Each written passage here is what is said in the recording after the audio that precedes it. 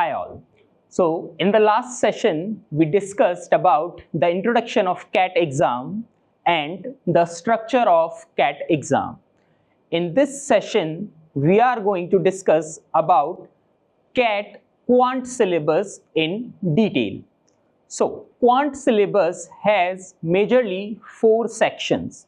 The first section is arithmetic. Now in arithmetic, there are different topics. The first topic that we have is averages. Now in this topic, questions will be like you have to calculate average age, or you have to calculate average number of students in a class. Weighted average also can be asked in this topic. So we are going to see all these things in this topic. The next topic in arithmetic will be ratios and proportions. Here we are going to discuss about different ratios, what is directly proportional, what is indirectly proportional, and all that stuff. Now, the third part or the third chapter that we have in this section will be percentages. Here we are going to see how we can calculate percentage, when to multiply by 100, when to divide by 100, which number we should consider in the denominator, which number we should consider in the numerator, and all that stuff. Then the next topic that we have is simple interest and the compound interest. So in this topic, as there is interest, so this is very interesting topic. We are going to see what is the difference between these two types of interest. Okay. Now the next topic is profit and loss. So we are going to discuss what is profit percentage, what is loss percentage, how we can increase our profits, and other things. The next topic is mixture and allocations. In this topic, let's say if we are mixing two things, what will be the price of that mixture and how we can use the proportion kind of a thing. There are questions of partnerships as well in this topic. The next topic that we have is time and work, pipes and systems. Like if a person is doing the things in 3 days, another person doing the work in 4 days.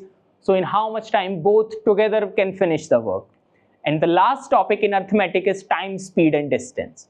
So these are the topics that comes into the arithmetic portion. The next section we have is about the algebra. Now, algebra is a thing where there is a common thing that we have seen in maths, which is called as X. So in algebra, the topics are maxima and minima, that when one equation can be maximized, where will be the minima. Then we have this linear equations as well. So the question in which the power of x is linear, or we can say the power of x is 1. This is called as the linear equation. Then we have quadratic equation. Now as the name suggests, quadratic means the power of x will be 2. After that, we have inequalities, like instead of equal to, there will be less than or there will be greater than sign. After that, we have arithmetic progression, AP.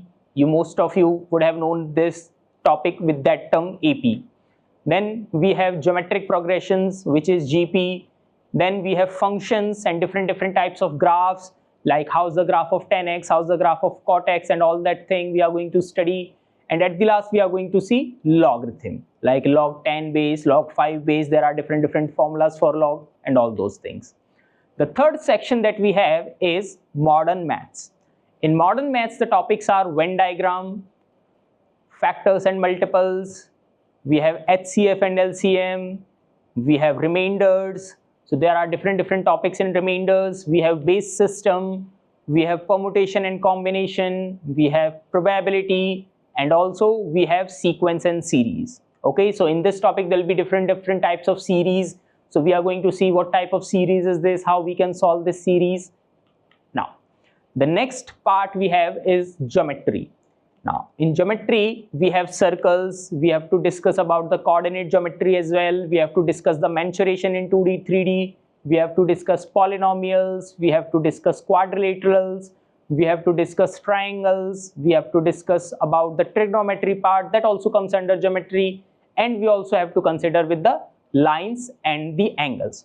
So this comes under the geometry part. Now, I asked you one question in the last class. What is the difference between geometry and mensuration? So in mensuration, we study standard figures. Standard figures like 2D and 3D. Like we are going to talk about equilateral triangle, that comes under mensuration. But if we are simply considering a general triangle, then that comes under geometry. Simply, we are talking about spheres, cones, cylinder, that also comes under mensuration. But in geometry, we simply deal with general figures. So that was for this session. Now in the next session, we are going to discuss in detail about the syllabus for DI and LR. Thank you.